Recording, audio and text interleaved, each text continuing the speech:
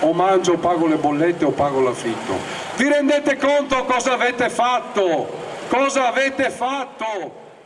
Circa 600 persone, secondo gli organizzatori, hanno preso parte a Venezia alla prima manifestazione regionale per chiedere il ritiro e il blocco immediato della legge regionale di riforma dell'edilizia residenziale pubblica.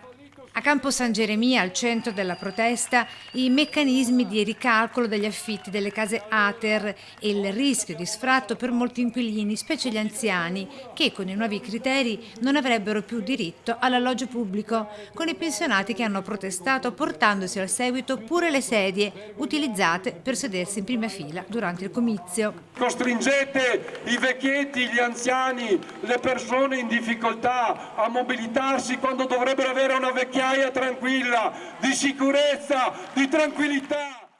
Accesi i toni, con molti dei partecipanti che sulla scia dei giubbetti gialli francesi erano ugualmente visibili con quelli non secondari di colore arancio. Noi abbiamo scelto l'arancione perché insomma per distinguerci da questa rivolta, perché anche questa nel Veneto è una rivolta. Per il coordinamento regionale inquilini ERP si tratta infatti di un percorso che continuerà in tutte le città del Veneto. Anziani, famiglie e comitati spontanei di cittadini, insieme alla sinistra anche dei centri sociali, chiedono vengano ascoltate le richieste portate in piazza.